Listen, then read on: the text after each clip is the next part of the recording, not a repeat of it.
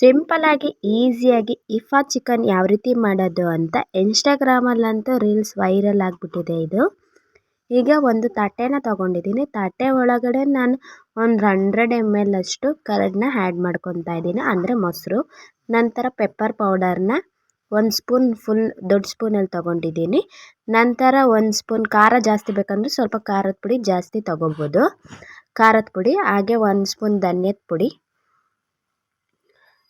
ನಾನು 1/2 kg ಚಿಕನ್ಗೆ ಇದು marinate ಎಷ್ಟು ಬೇಕೋ ಅಷ್ಟು ತೊಗೊತಾ ಇದ್ದೀನಿ. ನಂತರ ಗರಂ ಮಸಾಲ 1 ಸ್ಪೂನ್, ನಂತರ ರುಚಿಗೆ ಎಷ್ಟು ಬೇಕೋ ಅಷ್ಟು ಉಪ್ಪು, ನಂತರ 1 ನಿಂಬೆ ಹಣ್ಣನ್ನು ತೊಗೊಂಡಿದ್ದೀನಿ, ನೋಡ್ತಾ ಇರ್ಬೋದು.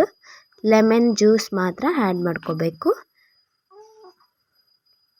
ಲೆಮನ್ ಜ್ಯೂಸ್ನೆಲ್ಲ ಆ್ಯಡ್ ಮಾಡ್ಕೊಂಡು ನಂತರ ಇದನ್ನು ಫುಲ್ ಶುಂಠಿ ಬೆಳ್ಳುಳ್ಳಿ ಪೇಸ್ಟ್ 1-2 ಸ್ಪೂನಷ್ಟು ಆ್ಯಡ್ ಮಾಡ್ಕೊಂಡು ಫುಲ್ಲು ಮಿಕ್ಸ್ ಮಾಡ್ಕೋಬೇಕು.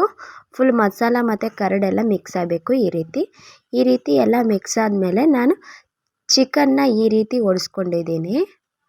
ನಂತರ ಆ ಸೈಡ್ ಸ್ಲೈಸ್ ಇದೆಲ್ಲ ಅಲ್ಲೆಲ್ಲ ಮಸಾಲನ ಹಚ್ಬಿಟ್ಟು 1-2 ಅವರ್, ನಿಮ್ಗೇನಾದರೂ ಟೈಮ್ ಇದ್ದರೆ 1-2 ಅವರ್ ಫ್ರಿಜ್ಜಲ್ಲಿ ಇಟ್ಕೋಬೋದು. ಟೈಮ್ ಇಲ್ಲ ಅಂದರೆ ಒಂದು 1/2 ಅವರ್ ಈ ರೀತಿ ಈಚೆ ಕಡೆನೇ ಇಟ್ಬಿಟ್ಟು ಇದು ಮಾಡ್ಬೋದು. ನಂತರ ಒಂದು ಕಡಾಯಿನ ಇಟ್ಕೊಂಡಿದ್ದೀನಿ. ಕಡಾಯಿಗೆ ಸ್ವಲ್ಪ ಎಣ್ಣೆನ ಆ್ಯಡ್ ಮಾಡ್ಕೊಂಡಿದ್ದೀನಿ. ನಂತರ ಇದು ಮ್ಯಾರಿನೇಟ್ ಮಾಡಿಕ್ಕಿರ್ತೀವಲ್ಲ ಚಿಕನ್ನ, ಅದನ್ನು ಇಟ್ಕೋಬೇಕು. ನೋಡ್ತಾ ಇರ್ಬೋದು, ನಾನು ಈ ರೀತಿ ಹಚ್ಚಿ ಲೋ ಫ್ಲೇಮಲ್ಲೇ ಬೇಯಿಸ್ಕೋಬೇಕು. ಈ ಥರ ಕ್ಲೋಸ್ ಮಾಡಿಬಿಟ್ಟು ಒಂದು 10 ನಿಮಿಷ ಫ್ರಂಟ್, ಒಂದು 10 ನಿಮಿಷ ಬ್ಯಾಕ್ ಆದಮೇಲೆ ಅದನ್ನು ಒಂದು ಇಕ್ಕಳ ಸಹಾಯದಿಂದ ಹಿಡ್ಕೊಂಡು ಈ ಥರ ಫ್ರೈ ಮಾಡಬೇಕು ಗ್ಯಾಸ್ ಸ್ಟವ್ ಮೇಲೆ.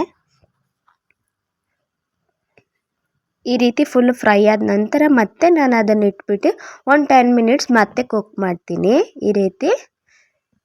ನಂತರ ಮೇನ್ ಬೇಸೆ ಇದಕ್ಕೆ ಮಯೋನೇಸ್ನ ಯಾವ ರೀತಿ ಮಾಡೋದು ಅಂತ ನೆಕ್ಸ್ಟ್ ವಿಡಿಯೋದಲ್ಲಿ ತಿಳಿಸ್ಕೊಡ್ತೀನಿ. ಆನಂತರ ಫುಲ್ಲು ಬೆಂದಾದ ನಂತರ ಈ ರೀತಿ ಮಯೋನೇಸ್ನ ಹಾಕ್ಬಿಟ್ಟು 10 ಮಿನಿಟ್ಸ್ ಮತ್ತೆ ಲಿಡ್ ಕ್ಲೋಸ್ ಮಾಡ್ಕೊತೀನಿ. ನಂತರ ಸಿಂಪಲ್ಲಾಗಿ ನೋಡ್ತಾ ಇರ್ಬೋದು, ಈಸಿಯಾಗಿ ಇಫಾ ಚಿಕನ್ ಫ್ರೈ ರೆಡಿಯಾಗಿದೆ. ಈ ವಿಡಿಯೋ ಏನಾದರೂ ಇಷ್ಟ ಆದರೆ ಲೈಕ್ ಮಾಡಿ, ಶೇರ್ ಮಾಡಿ, ಕಮೆಂಟ್ ಮಾಡಿ, ಹಾಗೆ ಸಬ್ಸ್ಕ್ರೈಬ್ ಮಾಡೋದಂತೂ ಮರಿಬೇಡಿ. ಹಾಗೆ ಪಕ್ಕದಲ್ಲಿರುವ ಬೆಲ್ ಐಕಾನ್ನ ಕ್ಲಿಕ್ ಮಾಡಿ. Thank you so much.